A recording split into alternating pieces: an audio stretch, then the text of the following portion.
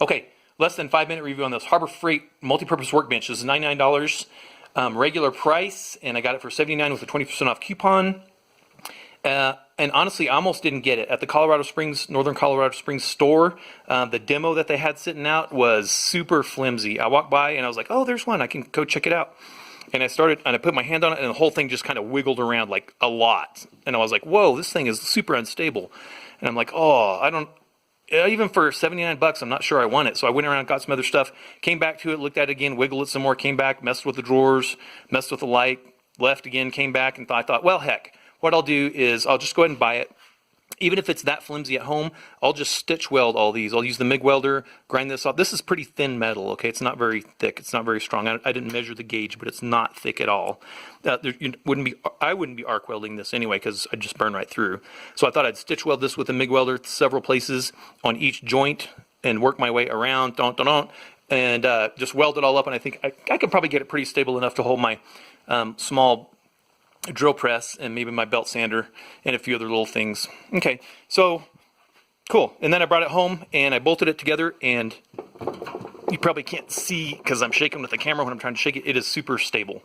And I'm really surprised. And I guess they just didn't tighten the bolts down on it, on the one that they had, or maybe they didn't put all the bolts in it. So the bolts are another thing. So what I put it together with was this little Craftsman. This is only 12 volts, okay? So this little Next-Tech thing, I love this thing. I use it for everything that I can.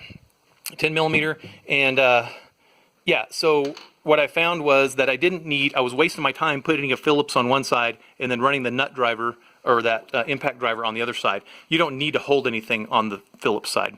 You can just run the impact on it and it'll tighten down. This screw won't turn. So that worked in almost every screw except for 4, and that was these 2 on the top, just because these other screws on the inside were getting in the way. Okay, so that was another mistake that I made, and it wasn't very clear in the directions. In fact, it wasn't clear in my directions at all, but it said to put all the frame together, put this back frame on, put this frame up here.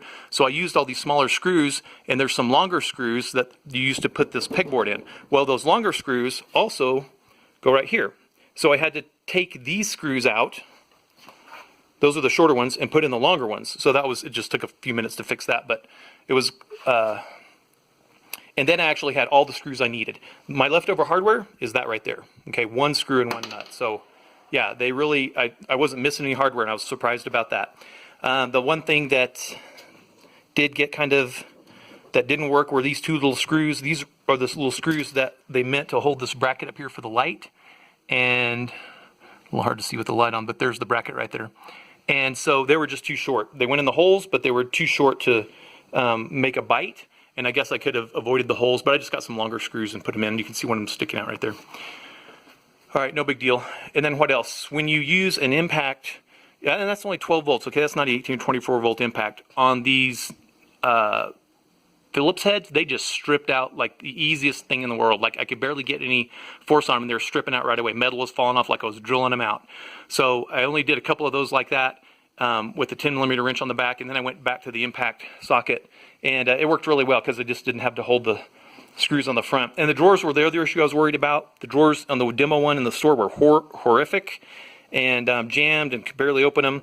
And these actually turned out to be pretty good. They open and they close pretty good. So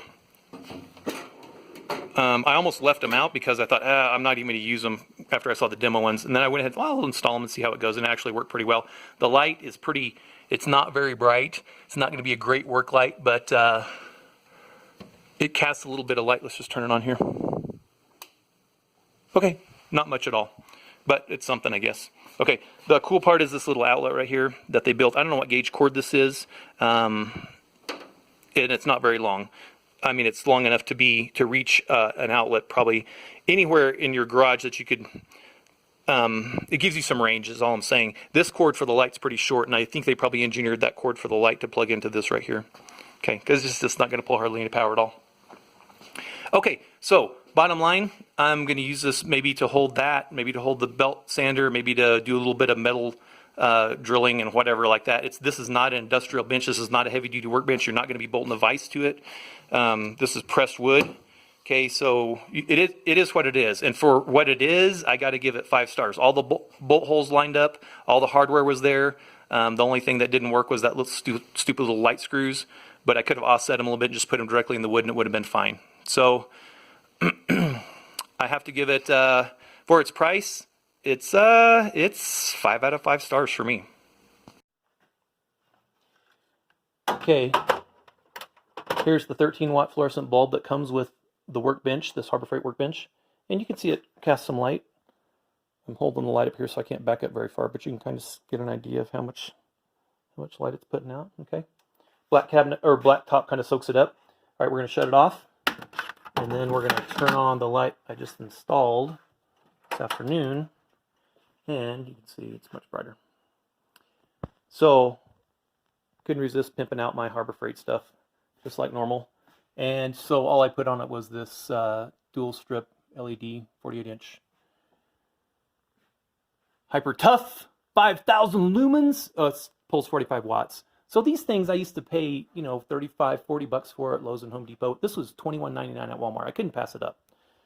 And so it just has a little pull chain. It's 48 inches, fits right inside the box here, and you can't even see it. It just sits up inside there, right? So it's